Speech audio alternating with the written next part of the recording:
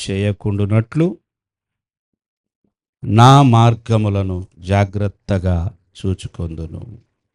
భక్తిహీనులు నా ఎదుటనున్నప్పుడు నా నోటికి చిక్కము ఉంచుకొందును అనుకొంటిని. దేవునికి స్తోత్రం. గడిచిన ఆదివారమున మీరు విన్న రెండవ సందేశం, ముఖ్య సందేశం గుర్తుందా? నేను చెప్పిన సందేశం దేవునిని మహిమపరచుట. దేవునిని మహిమపరచుట. మనము దేవునిని మహిమపరచటానికి సృష్టింపబడ్డాము. హల్లెలూయా. మనము దేవునిని అన్ని విషయాల ద్వారా మహిమపరచాలని దేవుడు కోరుకుంటూ ఉన్నాడు. ఆయన మహిమ ఎంతో గొప్పదని, ఆయన మహిమ గల దేవుడని కొన్ని విషయాలు విన్నాం. అయితే దేవుణ్ణి మహిమపరచాలి అనే ఆశ అనేకులకు ఉంటుంది.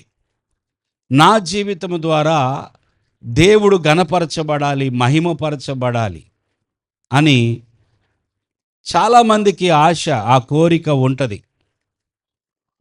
పౌలు ఏమని రాస్తూ ఉన్నాడు? మీరు తినినను త్రాగినను సమస్తమును దేవుని మహిమ కొరకు చేయండి. మీరు ఏది చేసినా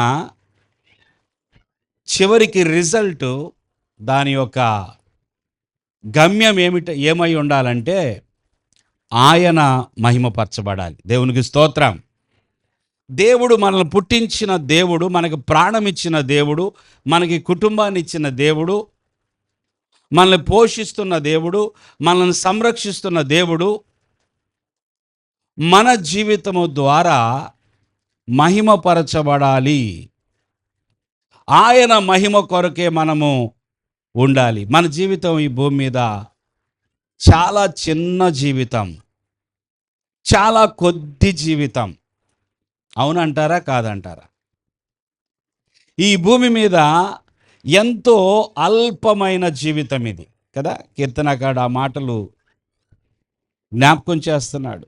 నా ఆయువు, 4వ యెహోవా నా అంతము ఎట్లుండునది, నా దినముల ప్రమాణము ఎంతైనది నాకు తెలుపుము. నా ఆయువు ఎంత అల్పమైనదో. దేవునికి స్తోత్రం. ఏంటంట? ఆయువు అల్పమైనదంట. ఆయువు అల్పమైనది. మన ఆయువు అల్పమైనది, అది ఆవిరి లాంటిది. ఎప్పుడు ఆవిరి అయిపోతుందో, ఎప్పుడు ఆవిరిగా వెళ్ళిపోతుందో తెలియదు. ఆయువు ఆగిపోయిందండి అంట. చూడండి, మనకి ప్రియమైన వారు ఎవరైనా ఈ లోకాన్ని దాటి వెళ్ళినప్పుడు ఎంత బాధ. ఎందుకంటే మనము ఉన్నాము గనుక మనకది నష్టం. మనము కోల్పోయాము. అయ్యో, నాతో ఉన్న వ్యక్తి, నాతో నడిచిన వ్యక్తి, నాతో తిన్న వ్యక్తి లేడే అనే బాధ. అయితే వాస్తవం ఏమిటంటే ఎవరు ఈ భూమి మీద శాశ్వతంగా ఉండటం సాధ్యం కాదు. హల్లెలూయా. సాధ్యమండి? ఎవరైనా చిరకాలం ఎల్లకాలం ఉంటారా? ఎవరైనా? నేను వెళ్ళను అంటానికి మనకి ఏ అధికారం ఉంది? మనల్ని పంపినవాడు మనల్ని పిలిచినప్పుడు వెళ్ళిపోవాల్సిందే. మన ఆయువు అల్పమైనది.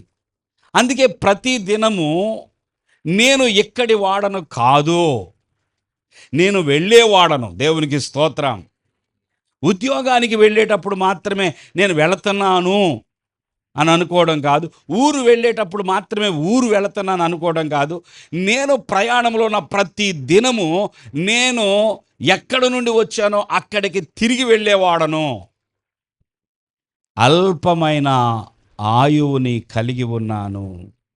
నా దినముల పరిమాణముని బెత్తెడంతగా చేసి ఉన్నావు. ఎంత అండి? బెత్తెడ. ఈ మాట ఎక్కువ వాడతలేదు కదా మనం. బెత్తెడ, జాన, బెత్తె. నా దినముల పరిమాణము బెత్తెడ. మనం పరవాసులం. దేవునికి స్తోత్రం చెల్లిద్దాం. మనం పరదేశులం. ఎవరమండి మనం? ఇక్కడ ఉన్నంతకాలమే ఈ దేశం మాది అంటాం కదా. భారతదేశంలో ఉండి ఈ భారతదేశం నాది, నా దేశము అంటాం. మరి ప్రక్క దేశానికి వెళ్ళామనుకోండి, సింగపూర్కి వెళ్ళామనుకోండి, అది మనకి ఏ దేశం? పరదేశం. ఇది మన దేశము, అదేమో పరదేశం. అసలు ప్రతి మనిషి ప్రతి దేశంలో ఉన్న ప్రతి మనిషి పరదేశి అని తెలుసుకోవాలా. హల్లెలూయా. ఏదో ప్రక్క దేశానికి వెళ్తే అది పరదేశము, ఇక్కడున్నాం కాబట్టి నా దేశము అనుకుంటున్నాం కదా. ప్రతి దేశంలో ఉన్న ప్రతి మనిషి పరదేశే. ఈ భూమే మనకి పరదేశం. ఈ భూమి మనది కాదు, దేవుడిది. హల్లెలూయా. ఈ భూమి మీదకి దేవుడు పంపించాడు. ఎక్కడ నుండో వచ్చాం, అది మన దేశం. ఆ దేశానికి తిరిగి వెళ్ళిపోతాం. దేవుని స్తోత్రం. అయితే మరి ఈ భూమి మీద ఎలాగా దేవుణ్ణి మహిమపరచాలి? దేవుణ్ణి ఎలాగా మహిమపరచాలి? నా జీవితం ద్వారా దేవుడు మహిమ పొందుకోవాలి అని కోరుకునేవారు జాగ్రత్తగా శ్రద్ధగా వినండి. దానిని అవలంబించడానికి ప్రతి దినము ప్రయాసపడితే, దానిని చేయుటకు నేను ఏ విధంగానైనా సరే దేవునికి మహిమ చెల్లించాలనుకునే వారికి అది సాధ్యమవుతుంది. హల్లెలూయా. ప్రాక్టికల్గా ఆలోచిద్దాం. దేవుణ్ణి ఎలా మహిమపరచాలి? మనందరము కూడి వచ్చాం, దేవునికి స్తోత్రాలు చెల్లించాం, కొద్దిసేపు దేవుణ్ణి గణపరిచాం, కీర్తనల ద్వారా అనేకమైన మాటల ద్వారా ఏం చేశాం? మనం దేవుణ్ణి గణపరిచాం, దేవుణ్ణి మహిమపరిచాం. దేవుని బిడ్డలు క్రైస్తవులందరూ కూడా పాటలు పాడుతూ ఉన్నారు, స్తుతులు చెల్లిస్తూ ఉన్నారు. హల్లెలూయా. ప్రార్థనలు చేస్తూ ఉన్నారు. ఇదంతా ఏంటి? దేవుని మహిమపరచటం. దేవునికి అర్పణలు చెల్లిస్తూ ఉన్నారు. ఇది కూడా దేవుని మహిమపరచటమే. దేవుని సన్నిధికి వెళుతున్నారు, దేవుని కొరకు అనేకమైన కార్యాలు చేస్తున్నారు, దేవుని గురించి అనేక చోట్ల మాట్లాడుతున్నారు. దేవుని మహిమపరచటమే. ఇదంతా బాగానే ఉంది. మనము ఇవన్నీ కూడా దేవుని బిడ్డలు ఇవన్నీ చేస్తూనే ఉంటారు. ప్రార్థనలు చేస్తారు, పాటలు పాడతారు, అర్పణలు చెల్లిస్తారు. చెప్పండి, మీ మనసు ఇక్కడే ఉంచండి. దేవుని స్తోత్రం. ఇవన్నీ చేస్తూనే ఉంటారు, దేవుని మహిమపరచటం. అయితే ఇన్ని చేసేటటువంటి దేవుని బిడ్డలు ఒక విషయములో మాత్రం సీరియస్గా ఉండరు. శ్రద్ధగా, భక్తిగా, భయముతో ఒక విషయములో మాత్రం ఆ శ్రద్ధ, భక్తి తగ్గిపోతుంది. పాటలు పాడేటప్పుడు ఎంతో బాగా పాడుతున్నాం, ప్రార్థన చేసేటప్పుడు ఎంతో బాగా ప్రార్థన చేస్తున్నాం, అవసరమైతే ఉపవాసం ఉండి ప్రార్థన చేస్తున్నాం. దేవుని స్తోత్రం. ఇతరులకు సహాయం చేసేటప్పుడు ఎంతో మంచి మనసుతో సహాయం చేస్తున్నాం. దేవుని మహిమ కొరకే, అంటే ప్రభువుని ఎరగని వారు వాళ్ళ ఘనత కొరకు చేస్తారు.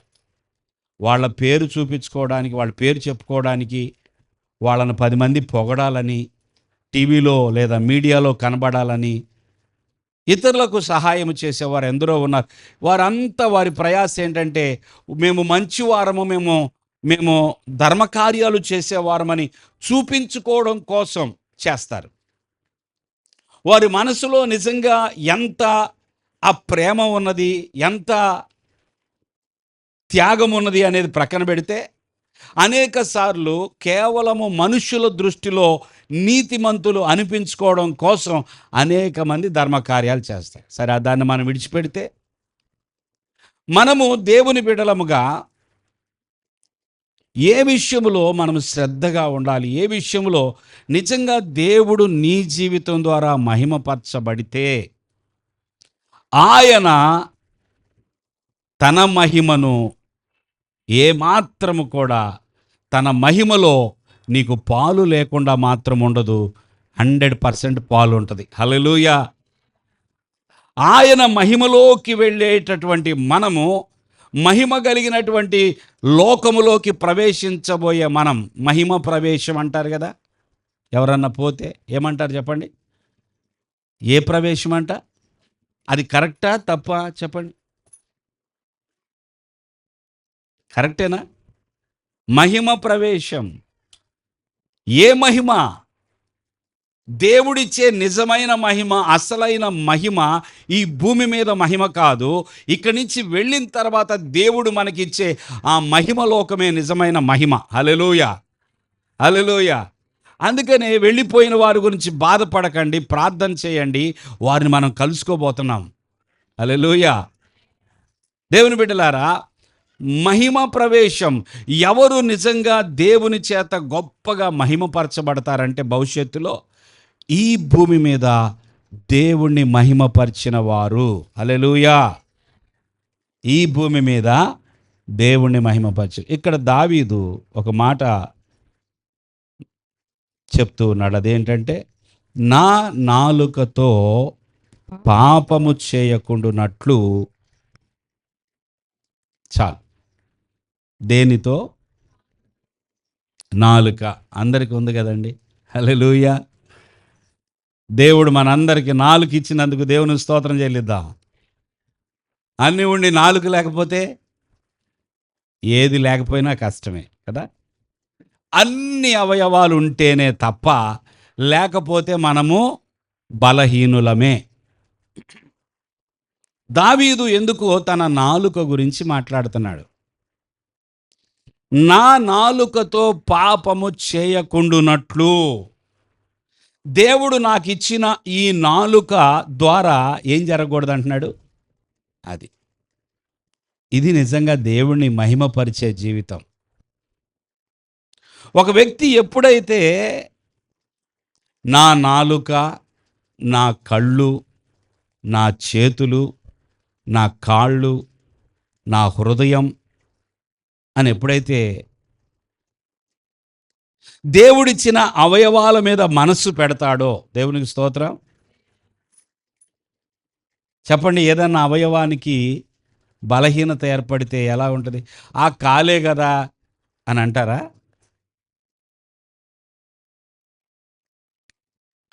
ఆ చెయ్యే కదా, ఆ కన్నే కదా అనం మనం.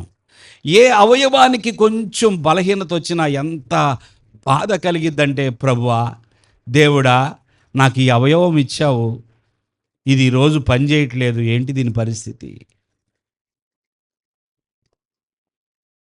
దేవుడిచ్చినటువంటి నాలుక, ఈ నాలుకతో నేను పాపము చెయ్యను, నేను చేయకుండునట్లు నా మార్గములను జాగ్రత్తగా చూచుకొందును. నా నోటికి ఏం చేస్తాడంట? చిక్కము ఉంచుకొందును అనుకోండి. నిజంగా తీసుకొచ్చి చిక్కం పెట్టేసుకున్నాడు అనుకుంటున్నారా? జంతువులకు పెట్టేది అది చిక్కం. మరి ఈయనెందుకు నా నోటికి చిక్కం పెట్టుకుంటానంటున్నాడు? కొందరి మాటలు ఎలాగుంటాయో తెలుసా? ప్రతి మాట ద్వారా ఎదుటివారికి గాయం కలుగుతూనే ఉంటుంది. కొందరు మాట్లాడుతుంటే ఎవరో ఒకళ్ళకి గాయం, కొందరు మాట్లాడుతుంటే దుఃఖము. ఎందుకంటే వారి నోరు మంచిది కాదు, వారి నాలుక మంచిది కాదు. వారు నాలుకతో పాపము చేసేవారు. సర్పం ఉందనుకోండి, అది బుసలు కొట్టేటప్పుడు, అది నోరు తెరిచినప్పుడు ఏం కనపడిద్ది మనకి? అది కలిసిందంటే ఏమొచ్చింది మన లోపలికి? విషం వస్తుంది. కొంతమంది నాలుకలో ఏముందంట? బైబిల్ చెప్తుంది, నాలుకలో విషం ఉన్నది, విషము జల్లుతున్నారు. అంటే వీళ్ళు సర్పాలన్నమాట. ఎంతమందిని కాటేస్తున్నారో తెలీదు. దేంతో? నాలుకతో. పామును చూసినప్పుడు అమ్మో ఇది కరిస్తే చచ్చిపోతామని దాన్ని చంపుతాం. మరి ఈ నాలుకను ఎవరు చంపుతారు? వారు ఉదయం లేచిన తర్వాత వారు చేసే పని ఏమిటంటే, దేవుడిచ్చిన అవయవం కదా అది, భయం లేదా? కొంచెం కూడా భయం లేదా? దేవుడిచ్చిన నోరు కదా ఇది, ఈ నోటిని ఎలా వాడాలో తెలీదా? వారు పాపం చేస్తూనే ఉంటారు. తమ నోటితో, తమ నోటికి హద్దు అదుపు ఉండదు, చిక్కం ఉండదు వాళ్ళకి. ఈ నోరు ఓపెను. ఈ నోరు ఎప్పుడు కూడా తెరచిన సమాధి లాంటిది. సమాధిలో ఏముంటుంది? చచ్చిపోయిన శవం ఉంటుంది, అంతేనా? కుళ్ళిపోయిన బాడీలు ఉంటాయి సమాధుల్లో. కొందరి యొక్క నోరు తెరచిన సమాధి లాంటిదంట. కొందరి నోట్లో విషం పెట్టుకొని వచ్చి దేవుని కొరకు ఎంత పాటలు పాడితే మాత్రం దేవుడు మహింపరచబడతాడా? చెప్పండి. ఆయన పరిశుద్ధుడైన దేవుడు. ఆ పరిశుద్ధుడైన దేవుణ్ణి ఆరాధించడానికి పరిశుద్ధమైన నోరు, పరిశుద్ధమైన నాలుక కావాలి. దేవునికి స్తోత్రం. మన దేవుడు పరిశుద్ధుడు గనుక మనం ముందుగానే నోటిని శుభ్రం చేసుకొని దేవుని దగ్గర అప్పగించుకొని శుభ్రం చేసుకొని అంటే బ్రష్ చేసుకొని రావడమే కాదు, బ్రష్ అందరు చేస్తారు. ప్రభువా, నీ సన్నిధికి వెళ్తున్నాను ఈ వారం అంతట్లో, లేదా ఇక్కడికి వచ్చిన తర్వాత అయినా శుభ్రం చేసుకోవాలా. అయ్యా, ఈ నోరు ఈ వారం అంతట్లో ఎన్నో మాటలు మాట్లాడానయ్యా ప్రభువా, కొన్నిసార్లు నాకు తెలిసి కూడా నేను వ్యర్థమైన మాటలు మాట్లాడానయ్యా, దూషణ మాటలు మాట్లాడానయ్యా, అపవిత్రమైన మాటలు మాట్లాడానయ్యా. అయ్యా, ఈ నోరు ప్రభువా, ఈ నోరు అనేకులను శపించిందయ్యా. ఈ వారంలో నేను చాలామందిని శపించానయ్యా, చాలామందిని దూషించానయ్యా, ఎంతోమంది మీద ఎంతో దూషణ మాటలు మాట్లాడాను ప్రభువా కదా. ఈ నోటితో పాపము జరగకూడదు. హల్లెలూయా. ఈ నోటితో పాపము జరగకూడదు. నోరు ఒకటేనండి, ఎన్నో అవయవాలు ఉన్నాయి. దేవుని స్తోత్రం. నోరు ఒకటే కాదు కదా, నాలుక ఒకటే కాదు కదా. నాలుక గురించి కొన్ని విషయాలు చదవడానికి ముందుగా రోమపత్రిక 12వ అధ్యాయము 1వ వచనం చదువుదాం.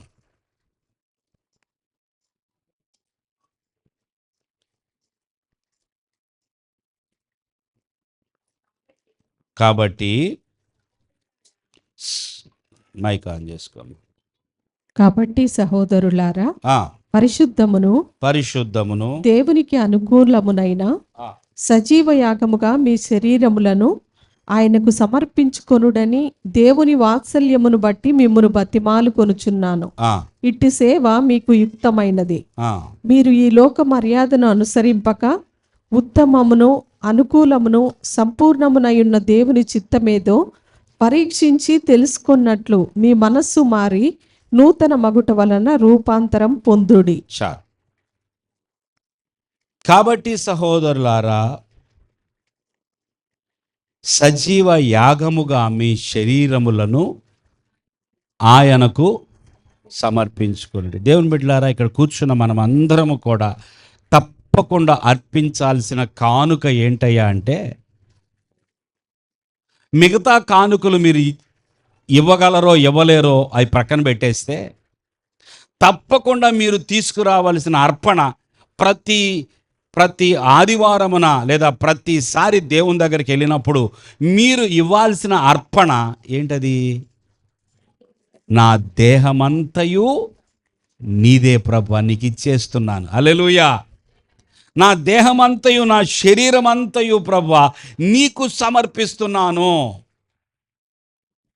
ఇంతకంటే పెద్ద కానుకేం లేదు. ఇక అంతా నేను నీకు ఇచ్చేస్తున్నాను ప్రభువా, ఐ సరెండర్ ఆల్. హల్లెలూయా. నేను సంపూర్ణముగా నన్ను నీకు అప్పగించుకుంటున్నానయ్యా. ఇది మనం ఇయ్యాల్సింది. దేవుణ్ణి ఎలా మహిమపరచాలి అని ఆలోచించే వారందరూ ఈ మాట జ్ఞాపకం తెచ్చుకోండి. నేను సజీవ యాగముగా, చచ్చిందాన్ని కాదు దేవుడికి ఇవ్వాల్సింది. దేన్ని చెప్పండి? కోడి చచ్చిపోయిన తర్వాత పాస్టర్ గారికి ఇచ్చొద్దాం అనుకున్నారు అనుకోండి, కోడి చచ్చిపోయిన తర్వాత పాస్టర్ గారికి కానుక ఇచ్చేద్దాం, కోడి ఇచ్చారు అనుకుంటారులే.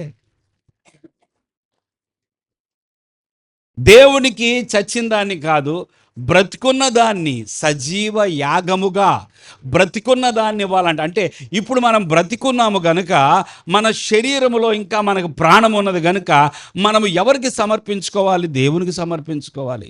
సజీవ యాగముగా శరీరమంతయు సమర్పించండి. రోమాపత్రికలోనే 6వ అధ్యాయంలో మరొక మాట చదువుదాం. 6వ అధ్యాయము 19వ వచనం. మీ శరీర బలహీనతను బట్టి మనుష్య రీతిగా మాట్లాడుచున్నాను. ఆ ఏమనగా అక్రమము చేయుటకై ఆ అపవిత్రతకును అక్రమమునకును మీ అవయవములను దాసులుగా ఎలాగో అప్పగించితిరో ఆ అలాగే పరిశుద్ధత కలుగుటకై ఇప్పుడు మీ అవయవములను నీతికి దాసులుగా అప్పగించుడి. అందరు చెప్పండి ఈ మాట. అవయవములు, నా అవయవములు. జాగ్రత్తగా చూడండి ఈ మాట. ఒకప్పుడు అపవిత్రతకును అక్రమమునకును మీ అవయవములను దాసులుగా అప్పగించారు. ఒకప్పుడు ఏంటంట, మనము ప్రభువును ఎరగకముందు, రక్షణ పొందుకోకముందు మన అవయవములు ఎవరికి అప్పగించాం?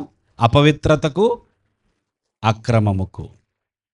ఒకప్పుడు మీరు మీ అవయవములను దాసులుగా అపవిత్రతకు అప్పగించారు. అలాగే పరిశుద్ధత కలుగుటకై ఇప్పుడు మీ అవయవములను నీతికి దాసులుగా అప్పగించండి.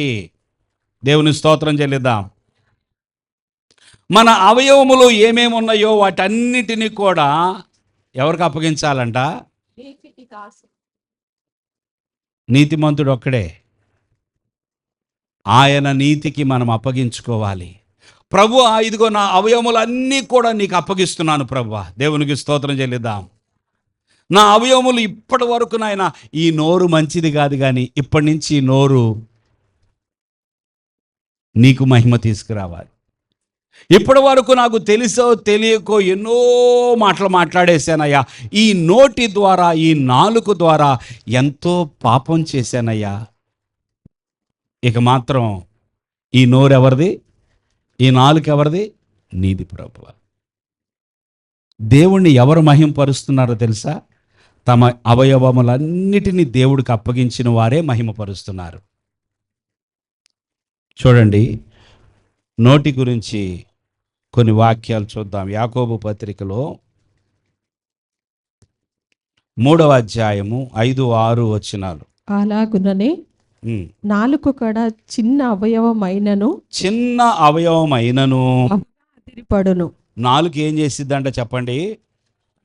చిన్న అవయవము, కానీ ఏం చేసిద్దంట? బహుగా అదిరిపడును.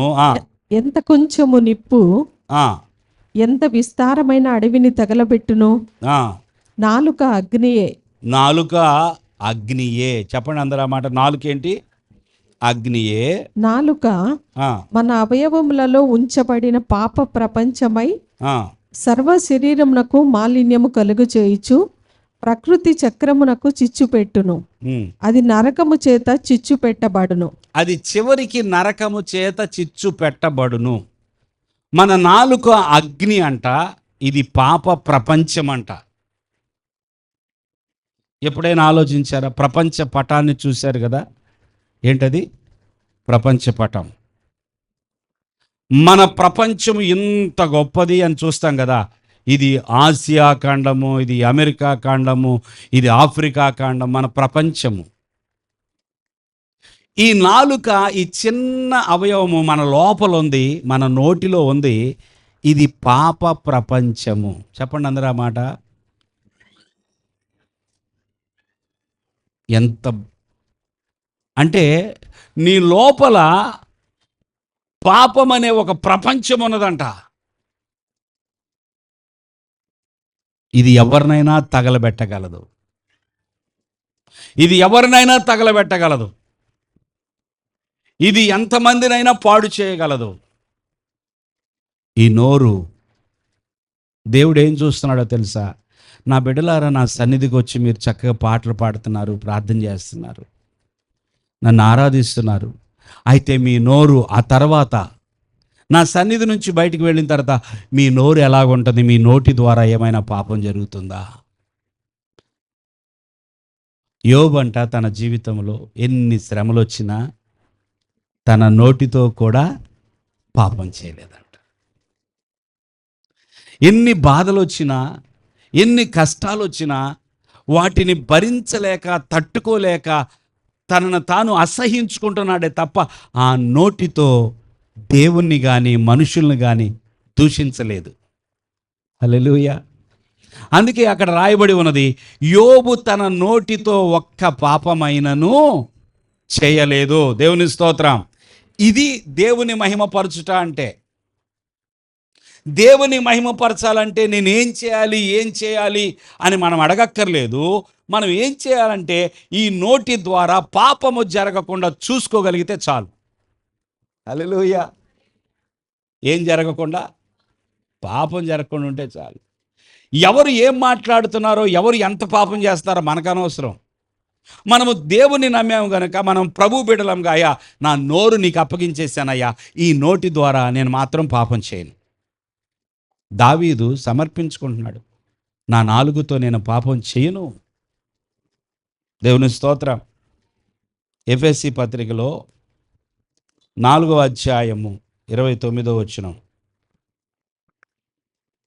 వినువారికి మేలు కలుగునట్లు అవసరమును బట్టి క్షేమాభివృద్ధికరమైన అనుకూల వచనమే పలుకుడు గాని దుర్భాష అయినను మీ నోట రానియకుడి. చూసారా? మీ నోట్లో నుంచి ఏ భాష రాకూడదంట. హల్లెలూయా. మనం ఇప్పుడు దేవుని సన్నిధిలో నుంచి ఇంటికి వెళ్ళిన తర్వాత మన ఎదురుగా వచ్చి ఎవరో మనల్ని ఏదో మాట అన్నారనుకోండి, మాకు లేవా, మాకు రావా మాటలు అని చెప్పి, ఈ బైబిల్ చేతిలోనే ఉంది, వెళ్ళాము 4 మాటలు అనేసాం. వాళ్ళకి మనకి తేడా ఏంటి? ఇప్పుడు దేవుని దగ్గరకు వచ్చి ప్రార్థన చేసి ఆరాధించి వెళ్ళిన నీకును దేవుణ్ణి ఎరగని వ్యక్తికి తేడా ఏమన్నా ఉన్నదా? ఏమి లేదు. వాళ్ళు అంటారు కదా, ఓహో ఇదేనా ప్రార్థనకి వెళ్ళి వచ్చారా, ఇదేనా మీరు చర్చికి వెళ్ళి వచ్చింది, ఇందుకేనా అని వాళ్ళు అంటారు. వాళ్ళు దేవుని నమ్మకపోయిన వాళ్ళు ఏమంటారు తెలుసా? మన నోరు పట్టుకుంటారు, మన మాటలు పట్టుకుంటారు. ఇప్పుడు దేవునికి మహిమ వచ్చిందా? మహిమ రాలేదా? రాలా. ఇంతసేపు ఇంత కన్నీటితో ఆరాధన చేసి అటెళ్ళి 2 మాటలు మాట్లాడాము, అయిపోయింది, తుస్. అందుకే జాగ్రత్త అంటున్నాడు దేవుడు. నీ నోటి ద్వారా పాపము కలగకున్నట్లు నా మీద ఆధారపడు, నీ నోటిని నాకు అప్పగించు. అయ్యా నా నోరు నీకు అప్పగిస్తున్నా, నా నాలుక ఇది ఎంతో స్పీడ్గా పనిచేస్తుందయ్యా, నాకు సహాయం చేయ ప్రభువా. వినువారికి మేలు కలుగునట్లు అవసరమును బట్టి. దేవుని స్తోత్రం. అవసరమైతేనే మాట్లాడాలంట, అవసరమైతేనే మాట్లాడాలా, అనవసరంగా మాట్లాడకూడదంట. దేవుని స్తోత్రం. అవసరం ఉన్నా లేకపోయినా ఏదో ఒకటి లబాలబడబడబా అని మాట్లాడకూడదంట. ఎందుకంటే అనేకమైన మాటల వలన, విస్తారమైన మాటల వలన ఏం పుట్టింది? దోషం పుడుతుంది. విస్తారమైన మాటల్లో దోషం ఉండక, అందుకే విస్తారమైన మాటలొద్దు. దేవుని బిడ్డలారా, మన మాటలు కొంచెమే ఉండాలి. దేవుని స్తోత్రం. అందరూ 10,000 మాట్లాడితే మనం 5,000 మాటలే మాట్లాడదాం రోజుకి. హల్లెలూయా. మంచిదే కదండి, ఎనర్జీ ఎక్కువ ఉంటుంది. మాట్లాడటం ద్వారా ఎనర్జీ ఏమవుతుంది? వెళ్ళిపోతుంది. అందుకని అందరిలాగా మనము మాట్లాడొద్దు, ఎక్కువ మాట్లాడొద్దు. అవసరమును బట్టి క్షేమాభివృద్ధికరమైన అనుకూల వచనమే పలుకుడి. దేవుని స్తోత్రం. సామెతల గ్రంథంలో 10వ అధ్యాయం, సామెతల గ్రంథం 10వ అధ్యాయము 19వ వచనం. చదవమ్మా. విస్తారమైన మాటలలో ఆన్ చేసుకోమ్మా. విస్తారమైన మాటలలో దోషముండక మానదు, తన పెదవులను మూసుకొనివాడు బుద్ధిమంతుడు. విస్తారమైన మాటలో ఏముండదంట, దోషం ఉండక మానదు. జాగ్రత్తగా ఉండాలి. ఎక్కువ మాట్లాడాల్సిన అవసరము లేదు, అవసరాన్ని బట్టే మాట్లాడాలి. మన పెదవులను మూసుకుంటే ఏంటంట, బుద్ధిమంతులు. హల్లెలూయా.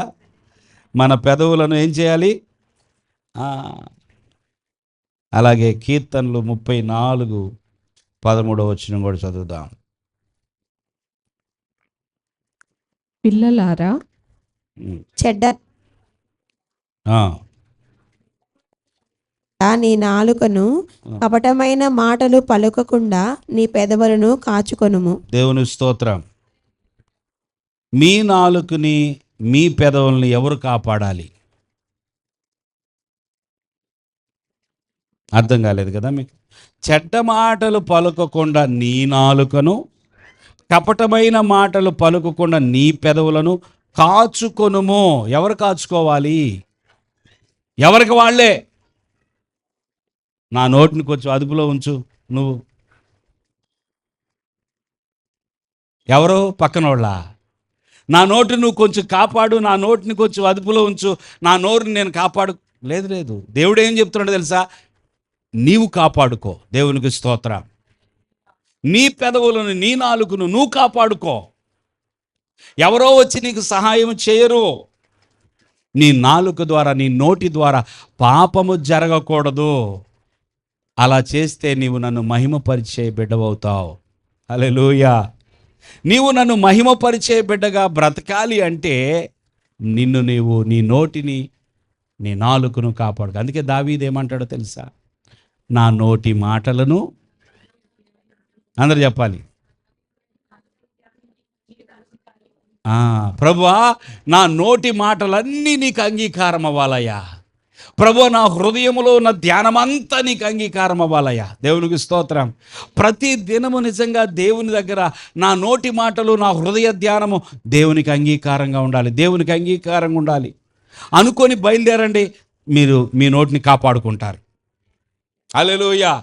ఈ మాట అనుకొని బయలుదేరండి. నా హృదయ ధ్యానము నా దేవునికి అంగీకారంగా ఉండాలి అనుకొని బయలుదేరండి. ఎక్కడికైనా మీ హృదయాన్ని మీరు కాపాడుకుంటారు. దేవునికి మహిమ వస్తుంది. హల్లెలూయా. ఈ మాటలు ఎవరికి ఇష్టం ఉండవు దేవుని బిడ్డలారా. ఇలాంటి మాటలు, పాపమును గురించి ఏదైనా పశ్చాత్తాపడాలి, ఇలా బ్రతకాలి, అలా బ్రతకాలని చెప్తే ఈ రోజుల్లో ఇష్టం ఉండదు. సందేశం ఎలాగ ఉండాలో తెలుసా? దేవుడు నీ జీవితంలో గొప్ప కార్యం చేయబోతున్నాడని వస్తాయి అలాంటి సందేశాలు. దేవుడి యొక్క పరిశుద్ధాత్మ ప్రేరేపణ ద్వారా వాగ్దానముతో కూడిన సందేశాలు వస్తాయి. కానీ ఎప్పుడు అదే కోరుకుంటారు. అది కాకుండా వేరేది ఏదైనా చెప్తే మాత్రం, ఏంటి అసలు ఈరోజు మెసేజ్ ఏంటి, పాస్టర్ గారు నోరు నోరు నాలుక నాలుక నాలుక అన్నారు. ఈరోజు ఏం చెప్పారు? మాకేం నచ్చలా. మా నాలుగు గురించి ఆయనకి ఎందుకండి? మా నోటి గురించి ఆయనకి ఎందుకు? ఆయన తెగ బాధపడిపోతున్నాడు. ఆయన దగ్గరికి వెళ్ళి మేమేమన్నా చెడ్డ మాటలు మాట్లాడామా? నాకు కాదు బాధ, నాకెందుకు? మీ నోరు ఎలా ఉపయోగిస్తే నాకెందుకు? మీరు బయటికి వెళ్ళి ఎవరితో ఏం మాట్లాడితే నాకెందుకు? కానీ నిన్ను రక్షించిన దేవుడు ఉన్నాడే, నిన్ను కోరుకొని నిన్ను ప్రేమించి నీ కొరకు ప్రాణం పెట్టిన ఆ రక్షకుడైన యేసయ్య ఉన్నాడే, నిన్ను నేను నా మహిమ కొరకు సృష్టించుకున్నా. దేవునికి స్తోత్రం. ఎన్ని రోజులు బాధ పెడతాం మనం దేవుణ్ణి? బాధపెట్టాం. ఒక తట్టుకోలేని ఒక వాక్యాన్ని, భరించలేని భయపడే వాక్యాన్ని మీకు చదివి వినిపిస్తాను. మార్కు సువార్త విన్నారు ఇంతకుముందు, 9వ అధ్యాయం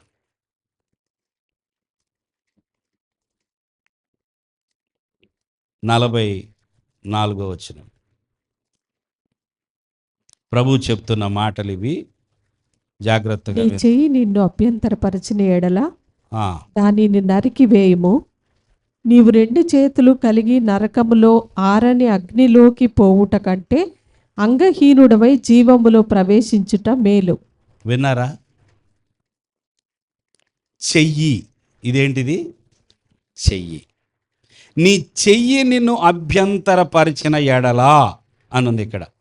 45లో నీ పాదము నిన్ను అభ్యంతరపరిచిన ఎడలా అని ఉన్నది. తర్వాత 47లో నీ కన్ను నిన్ను అభ్యంతరపరిచిన ఎడలా. ఏమేమి వచ్చినాయి చెప్పండి. సండే స్కూల్ పిల్లలు ఒక పాట పాడతారు. ఏం పాట అంటే అది, నీ కన్నులు చెవులు ముక్కు నోరు యేసు కోసమే, నా చేతులు కాళ్ళు దేహమంతా యేసు కోసమే, నా కనులు చెవులు ముక్కు నోరు యేసు కోసమే. ఆగండి, అందరూ పాడదాం.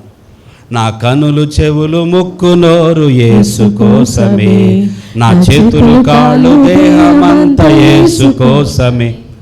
నా కనులు, నేను పాడినట్టు పాడండి, నన్ను వెంబడించు. నాకీయుమా పరిశుద్ధత, నాకీయుమా పాటలు పాడి నాట్యమాడేదా. మళ్ళా నా కనులు చెవులు ముక్కు నోరు యేసు కోసమే, నా చేతులు కాళ్ళు దేహమంతా యేసు కోసమే. పాశ్రమ గారు మార్చేస్తున్నారు, ఎన్నిసార్లు చెప్పినా మార్చేస్తున్నారు పాట. ఇంకొదిలేద్దాం దీన్ని. నేను పాడుతున్నా వినండి. నా కనులు చెవులు ముక్కు నోరు యేసు కోసమే, నా చేతులు కాళ్ళు దేహమంతా యేసు కోసమే, నా కనులు చెవులు ముక్కు నోరు యేసు కోసమే, నా చేతులు కాళ్ళు దేహమంతా యేసు కోసమే. పరిశుద్ధత నాకీయుమా, పాటలు పాడి మాడేదా. పరిశుద్ధత నాకీయుమా, పాటలు పాడి నాట్యమాడేదా. నా కనులు చెవులు ముక్కు నోరు యేసు కోసమే, నా చేతులు కాళ్ళు దేహమంతా యేసు కోసమే, నా కనులు చెవులు ముక్కు నోరు యేసు కోసమే, నా చేతులు కాళ్ళు దేహమంతా యేసు కోసమే. హల్లెలూయా. ఎవరికండి ఇవన్నీ? ఎందుకు ఇచ్చాడు దేవుడు కళ్ళు? ఎందుకు ఇచ్చాడు చేతులు కాళ్ళు? ఎందుకు ఇచ్చాడు ముక్కు నోరు? యేసయ్య కోసం. హల్లెలూయా. ఎవరి కోసం చెప్పాలి? యేసయ్య కోసం. ఆయనేమి నీకు బాకీ. అమ్మో, ఈమెకు చెవు ఇవ్వకపోతే వచ్చి నన్ను అడిగిద్ది, నా చెవు ఎందుకు ఇవ్వలేదని చెప్పి అడిగిద్ది. అడుగుతున్నారు ఇప్పుడు? చెవులు లేని వాళ్ళు వెళ్ళి అడుగుతున్నారా? ఆయన అడగలరా? ఎందుకు ఇవ్వవో నాకు చెవు, నేను చెవు లేకుండా పుట్టాను, ఎందుకు నాకు అన్యాయం చేసావని అడగలేరు దేవుణ్ణి. ఆ లేనప్పుడు, ఆ కాళ్ళు లేనప్పుడు, ఆ కళ్ళు లేకుండా పుట్టేవాళ్ళు ఉన్నారు కదా. కళ్ళు లేక పుట్టకలోనే కళ్ళు లేవు, ఏం చేస్తారు పాపం వాళ్ళు? దేవుడు ఇవ్వలా, మనం ఏం చేయలేం. దేవుడిని ప్రశ్నించే శక్తి మనకు లేదు. ఆయన కుమ్మరి, ఆయన ఎందుకు ఇవ్వలేదో కారణం ఏంటో తెలియదు మనకి. ఎందుకు ఒక బిడ్డ అలా పుట్టాడో తెలియదు. మధ్యలో ఎరగొట్టుకున్న అవి వేరే, మధ్యలో అవయవాలు పోగొట్టుకుంటాం అవి వేరే. పిల్లారా, దేవుడు ఏదైనా అవయవము నీకు ఇచ్చాడంటే యేసయ్య కోసం. అందుకే సజీవ యాగముగా మీ శరీరమును సమర్పించండి. మన దేహము మనది కాదు, దేవునిది. హల్లెలూయా. ఇది ఎప్పుడైతే మనలో జీర్ణమవుతుందో, నా దేహము నాది కాదు, నా చేతులు నావి కావు, నా కళ్ళు నావి కావు, దేవునివి. ఇవి దేవుని కోసం దేవుడిచ్చిన అవయవాలు. ఈ ప్రతి అవయవము ద్వారా నేను దేవుని మహిమపరచాలి. ప్రతి అవయవము ద్వారా, నా నోటి ద్వారా, నా కళ్ళ ద్వారా నేను దేవుని మహిమపరచాలి. దేవుని అందుకే ఇక్కడ మార్కు సువార్తలో ప్రభు ఏమంటున్నాడు తెలుసా? నీ చెయ్యి నిన్ను అభ్యంతరపరిచిన ఎలా దాన్ని నరికి పారవేయము. అండ్ నిజంగా యేసయ్య చేతులు నరికేసుకోమంటున్నాడా? ఎప్పుడైనా ఎవరైనా నరికేశాడు? ఆయన లేని వాళ్ళకి పెట్టాడు. దేవుని స్తోత్రం. కాలు పని చేయకపోతే ఓచ కాలు చేయగలవాడికి కాలు ఇచ్చాడు ఆయన. దేవుని స్తోత్రం. చేతులు ఇచ్చాడు, కళ్ళు ఇచ్చాడు ఆయన. మరి ఎందుకు ఇక్కడ ఇలా మాట్లాడుతున్నాడు? ఒక మనిషి పాపం విషయంలో చాలా సీరియస్గా ఉండాలని చెప్పటానికి ఒక బలమైన ఉదాహరణ, దాన్ని నరికివేయము అంటే దాని ద్వారా ఆ పాపము జరగకుండా చూసుకో. ఎంతకాలం ఈ చేత్తో పాపం చేస్తావు? ఈ చెయ్యిని నరికివేయి అంటే దాని అర్థం నిజంగా కత్తి తీసుకొచ్చి నరికేసిన లోపల ఉన్న పాపం పోయిద్దా? ఈ చేత్తో చేస్తాం. మళ్ళీ ఈ చెయ్యి నరికేయి అంటే ఈ చేత్తో చేస్తాం. ఈ చెయ్యి పోతే ఈ కాలు. దేవుడు చెప్తున్నది ఏంటో అర్థం చేసుకుందాం. నీ చెయ్యి నిన్ను అభ్యంతరపరిచినట్ల దాన్ని నరికివేయము. నీవు 2 చేతులు కలిగి నరకములోని ఆరని అగ్నిలోనికి పోవుట కంటే అంగహీనుడివై జీవములో ప్రవేశించటం మేలు. డాక్టర్ గారి దగ్గరికి వెళ్ళాం. షుగర్ పేషెంట్ అనుకుందాం. కాలుకి గాయం తగిలింది. ఆ గాయం తగ్గట్లేదు. షుగర్ పెరిగిపోయింది. అది పెరిగి ఆ కాలు ఇన్ఫెక్షన్ వచ్చేసింది. మొత్తం ఎక్కడి దాకా వచ్చింది? మోకాళ్ళ దాకా వచ్చేసింది అనుకుందాం. డాక్టర్ గారు అంటారు కదా, అమ్మా నీ కాలు తీసేయాలంటాడు. ఏమంటాడు? అమ్మ నిన్ను చంపేయాలంటాడా? చెప్పాలి.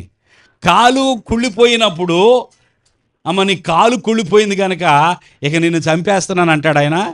ఏం తీసేయాలంటాడు? కాలే తీసేద్దాం అంటాడు. ఏమండి కాలు లేకపోతే ఎట్లా? ప్లాస్టిక్ కాలు పెట్టుకొని నడువు అమ్మా. నడవట్లేదా చాలామంది? ప్లాస్టిక్ కాలు అసలు మనకు తెలియని కూడా తెలియదు. ఒక ఆయన మొన్న కాలేజీకి, నేను కరిష్మా కోసం కాలేజీకి వెళ్తే ప్యాంట్ వేసుకొని చక్కగా నడుచుకుంటూ వస్తున్నాడు. చాలా హుందాగా మంచి పర్సనాలిటీ గల వ్యక్తి చక్కగా నడుచుకుంటూ వస్తున్నాడు. వచ్చి నా పక్కన పడిపోయాడు.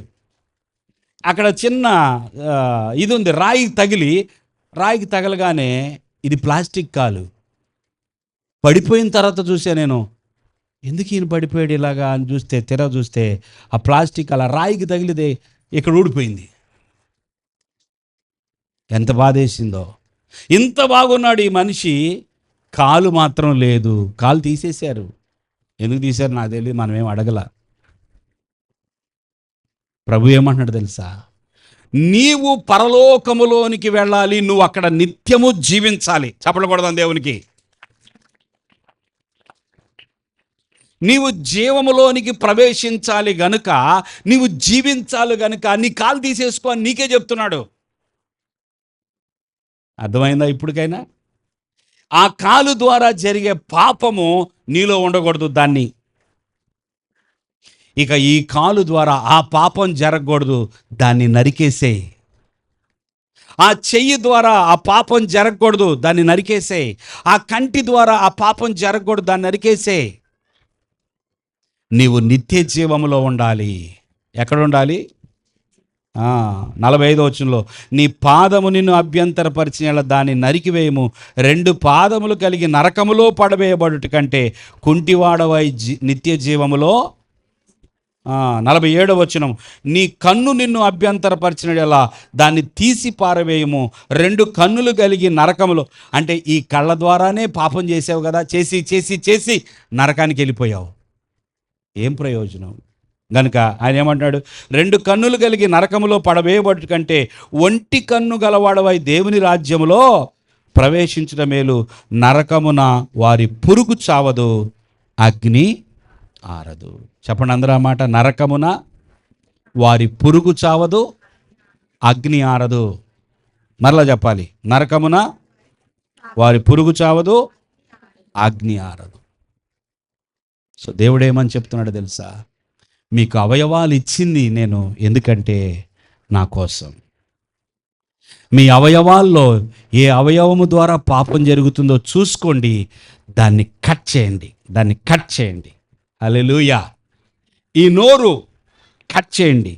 ఎటువంటి పాపం జరుగుతుందో నిజంగా కత్తి తీసుకొచ్చి కట్ చేయమంటలా, ఆ పాపాన్ని కట్ చేయండి. అది ఆయన చెప్పాలనుకున్న మాట. ప్రియులారా, అందుకే దావీదు అంటున్నాడు, నా నాలుకతో నేను పాపము చేయను, నా నాలుకతో చేయను. దేవుడిచ్చిన నాలుక నేను చాలా జాగ్రత్తగా పెట్టుకుంటాను.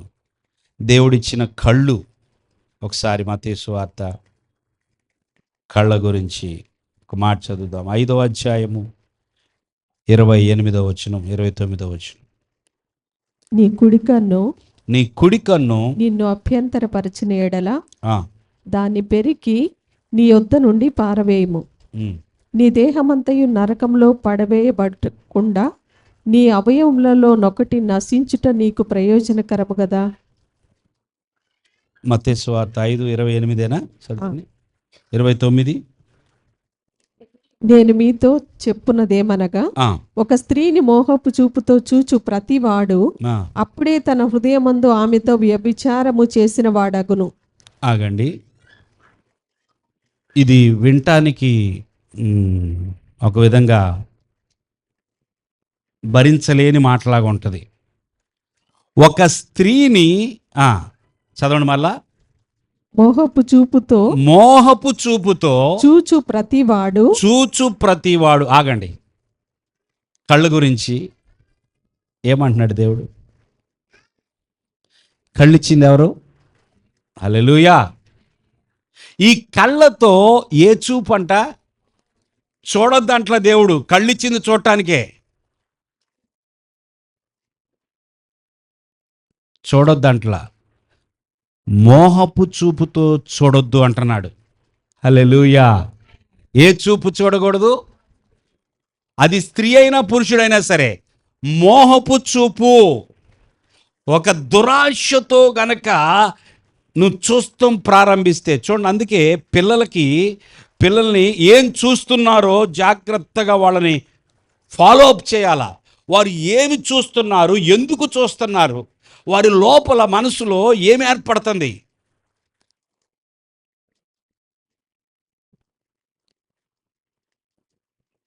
చూపు ద్వారా చూసి చూసి చూసి ఒక పిల్లోడు హైదరాబాద్లో పిచ్చోడైపోయాడు. చాలా జీనియస్ అని చెప్పాలా, చాలా టాలెంటెడ్, బాగా చదువుతున్నాడు, తల్లిదండ్రులు టచ్ చేయలా. చర్చికి వచ్చి బాగా ఆరాధిస్తున్నాడు. తనకున్న మ్యూజిక్ టాలెంట్, తనకున్న సింగింగ్ టాలెంట్ చూసి తల్లిదండ్రులు కూడా అనుకున్నారు. కానీ వీడు ఒంటరిగా ఉన్నప్పుడు ఏం చూస్తున్నాడో ఫాలో అప్ చేయలేకపోయారు. చూసి చూసి కొంతకాలానికి దాని రిజల్ట్ బయటకు వచ్చేసింది. తన గురించి ఎంతమందితో ప్రార్థన చేయించారో, ఎంతమంది సేవకులు. నేను మరొక సేవకుడు కలిసి ఆ బాబు కొరకు ప్రార్థన చేయడానికి హైదరాబాద్ వెళ్ళాం. నేను ఒక 15 గంట 20 నిమిషాలు మాట్లాడాను. ఎక్కడుంది దీనికి మూలం? ఎందుకు నీ మనస్సు ఇలాగ అయిపోయింది అంటే, నువ్వేం చేసేవాడు మొదటి నుంచి చెప్పు అంటే అన్నీ చెప్పాడు. ఈ కళ్ళుతో చూసి చూసి చూసి చూసి చూసి దెబ్బతిన్నాడు. తను ఇప్పుడు దేని మీద మనసు పెట్టలేడు, దేని మీద ఏకాగ్రత లేదు. డాక్టర్ దగ్గర తీసుకెళ్తే ఉపయోగం లేదు, డాక్టర్లు ఏం చేయలేరు. ఎందుకో తెలుసా? అతడు చూసి చూసి చూసి దేన్నైతే చూశాడో 24 గంటలు అవే తన కళ్ళ ముందుకు వస్తూ ఉన్నాయి. ఒక మనిషి మోహపు చూపు. పరిశుద్ధంగా చూడటం నేర్చుకుందాం. హల్లెలూయా. ఎవరిని చూసినా పవిత్రంగా చూడటం నేర్చుకుందాం. ఈ 2 కళ్ళు దేవుడు నాకు ఇచ్చాడు. నేను ఇవి కేవలం చూడటానికి, కొన్నిసార్లు చూడకుండా ఉండటం మంచిది, కొన్ని విషయాలు చూడకుండా ఉండటం మంచిది. ఇదేదో నన్ను అపవిత్రపరిచేటట్టుంది, తీసేయి. పిల్లల విషయంలో కూడా అంతే. ఏవి వాళ్ళని పాడు చేస్తాయో తీసేయి. హల్లెలూయా. ఒక మనిషి మోహపు చూపుతో ఒక స్త్రీని చూసినప్పుడు తన హృదయములో ఆమెతో అప్పుడే వ్యభిచారము చేసినవాడు. ఎందుకు దేవుడు ఇంత కఠినంగా చెప్తున్నాడు? కఠినం అనొద్దు. పాపం విషయములో అంత కఠినంగా ఉంటేనే పాపాన్ని జయిస్తాం. హల్లెలూయా. హల్లెలూయా. నువ్వు సిల్లీగా సీరియస్గా లేకోకుండా ఉంటే ఏ పాపాన్ని జయించలేవు. పాపం చేసి నరకంలోకి వెళ్ళకూడదు అనేది దేవుని యొక్క ఆశ. చూడండి, ఇంకొన్ని మాటలు. యోబు గురించి ఒక మాట చదువుదాం. యోబు గురించి నేను 31:1. నేను నా కన్నులతో నిబంధన చేసుకొంటిని. యోబు ఏమంటున్నాడో తెలుసా? నేను నా కన్నులతో నిబంధన చేసుకొంటిని, కన్యకను నేను ఎలాగు చూచుదును, కన్యకను నేను ఎలాగూ చూచుదును. అలాగు చేసిన ఎడల ఆ, పరముననున్న దేవుని ఆజ్ఞ ఏమగును? పరమనున్న దేవుని ఆజ్ఞేమో. యోబు యొక్క కమిట్మెంట్ చూసారా? నా కన్నులతో నేను ఒక నిబంధన చేసుకున్నాను. ఏం చేసుకున్నాడంట? ఇదేంటి? అవును, ఇందాక దావీదేమో నా నాలుక అంటున్నాడు, ఇప్పుడు యోబేమో నా కళ్ళు అంటున్నాడు. ఈ భక్తులను చూస్తుంటే మనకు అర్థం కావట్లేదా భక్తి అంటే ఏంటో? భక్తి అంటే ఏదో 4 టెంకాయలు కొట్టి రావడమా? ఏమండి, ఏంటి భక్తి అంటే? ఓ 10 మందిని పిలిచి భోజనాలు పెట్టేసేసి ఈ నాలుగుతో పాపం చేస్తావు, ఈ కళ్ళతో పాపం చేస్తావు, ఈ చేతులతో పాపం చేస్తావు, భోజనాలు పెట్టేస్తావు. ఎవరికి కావాలి నీ భోజనాలు? ఊరంతా భోజనం పెట్టించి నాలుగు మాత్రం బాగోదు వాళ్ళకి. మన భక్తికి ఇతర భక్తికి తేడా ఉన్నది. ప్రభు దీని విషయంలో చాలా సీరియస్. దేవుని బిడ్డలారా, మన కళ్ళు ఎలా చూడాలి? చేతుల గురించి ఒక మాట చదువుదాం. కీర్తనలు 24:3-4.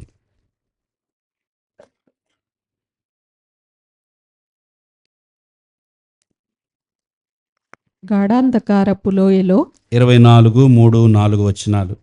యెహోవా పర్వతమునకు ఎక్కదగిన వాడెవడు? గట్టిగా చదవండి. ఆయన పరిశుద్ధ స్థలములో నిలువదగిన వాడెవడు?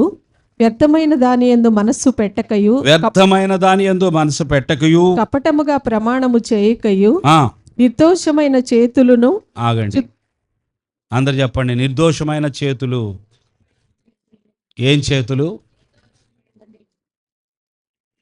ఈ చేతులు నిర్దోషంగా ఉండటం. అయ్యా, ఈ చేతులతో అవినీతి జరగకూడదు. జరిగేదంతా అవినీతే బయట. ఈ చేతులు అవినీతిని చేయకూడదు. నా చేతులు నిర్దోషంగా ఉండాలి ప్రభువా.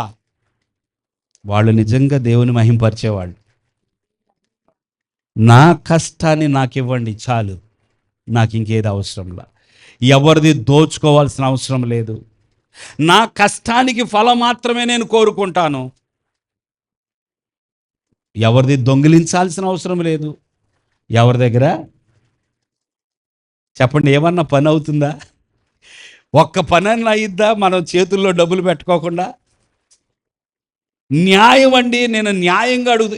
నేను తలకాయ న్యాయం, డబ్బులు ఇస్తే చేస్తా, లేకపోతే పో.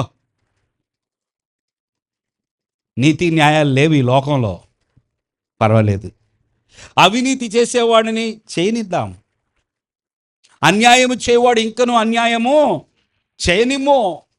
అక్రమముగా ఉండేవాడు అక్రమంగానే ఉండనేమో. పాపం చేసేవాడిని చేయనిమ్మో. ప్రకటన గ్రంథంలో చదువుతున్నాం. కానీ మనం చేయకూడదు. దేవుని స్తోత్రం. అలాగైతే పాస్టర్ గారు, దేవుని నమ్మిన బిడ్డలందరూ అడుక్కు తింటమే. అడుక్కొనైనా తిందాం, ఏం పర్లా. హల్లెలూయా. అసలు అన్యాయం చేయకపోతే, అక్రమం చేయకపోతే, అవినీతి చేయకపోతే మనం ఎలా బ్రతుకుతామండి? అసలు ఈ భూమి మీద బ్రతకడం కష్టం అని ఎవరైనా అన్నారా? వాళ్ళని వదిలేసేయండి. ఈ చేతులు నిర్దోషంగా ఉండాలి. ఈ చేతులతోనే కదా చప్పట్లు కొడుతున్నాం. హల్లెలూయా. ఈ చేతులే కదా పైకెత్తుతున్నాం. మరి ఈ చేతులు మళ్ళీ అక్కడికి వెళ్ళి అవినీతిని చేస్తే ఎలాగా? ఎంతోమంది క్రైస్తవులు కూడా ఈ చేతులను పాడు చేసుకునే ఉన్నారు. వాళ్ళ ద్వారా దేవుడికి మహిమ రావటం లేదు. ఇలా మాట్లాడుకుంటూ వెళ్తే ఎన్నో విషయాలు ఉన్నాయి.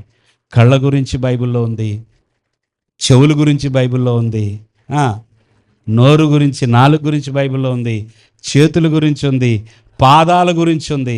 అవన్నీ చూపిస్తే పెద్ద బైబిల్ స్టడీ అయిపోద్ది.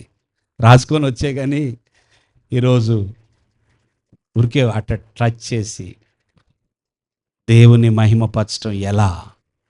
నా అవయవాల ద్వారా. హల్లెలూయా. ఈ హృదయము చాలా ప్రాముఖ్యమైనది. ఈ హృదయాన్ని కాపాడుకుంటూ ప్రభువుని మహిమపరిచే వారంగా ముందుకెళ్దాం. ఒక 2 మాటలు చదువుకొని ముగించేసుకుందాం.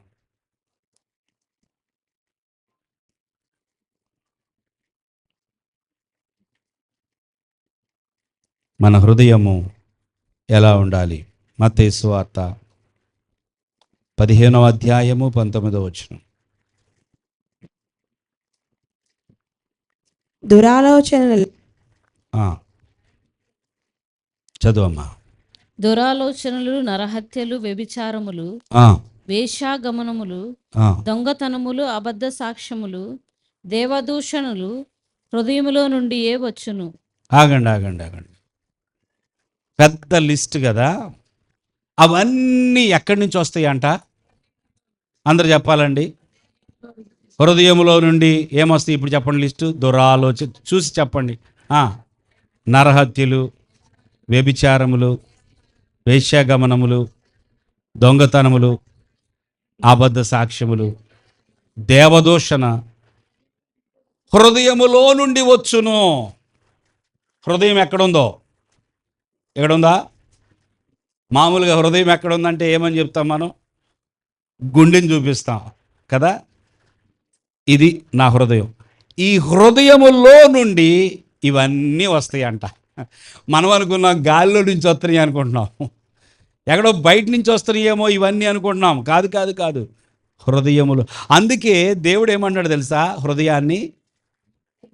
నీ హృదయాన్ని భద్రపరుచుకో, నీ హృదయాన్ని దేవుని ఆలయంగా మార్చుకో, నీ హృదయము నాకివ్వు, నేను వచ్చి ఉంటా. హల్లెలూయా. దేవుడు ఎక్కడ ఉంటానంటున్నాడు? గోడ మీద ఉంటానంటున్నాడా? పైన ఉంటానంటున్నాడా? ఇంకెక్కడ? దేవుడు మన హృదయములో ఉంటానంటున్నాడు. నాకు నీవు చోటిస్తే నీ హృదయంలోకి వచ్చి ఉంటా. నీ హృదయమే నా ఆలయం. హల్లెలూయా. చూడండి మరొక మాట, సామెతల గ్రంథం 4వ అధ్యాయము 23వ వచనం.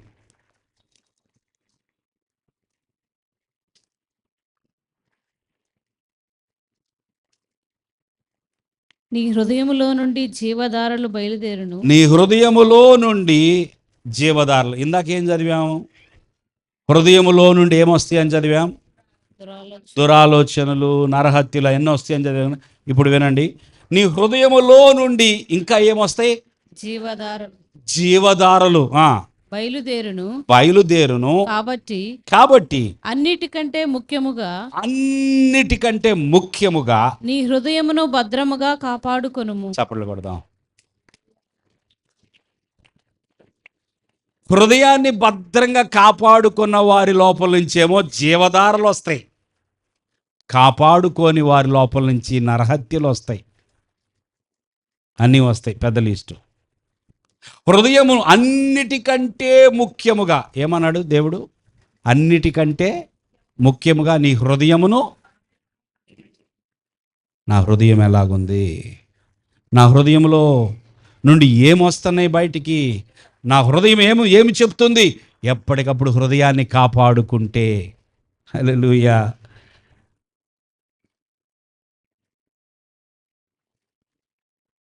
దేవుడు మన హృదయంలో నిత్యము నివాసిగా ఉండునుగాక. నిత్యము మనము దేవుని మహిమపరిచే వరంగా మన అవయవాలు ఉపయోగించుదుముగాక.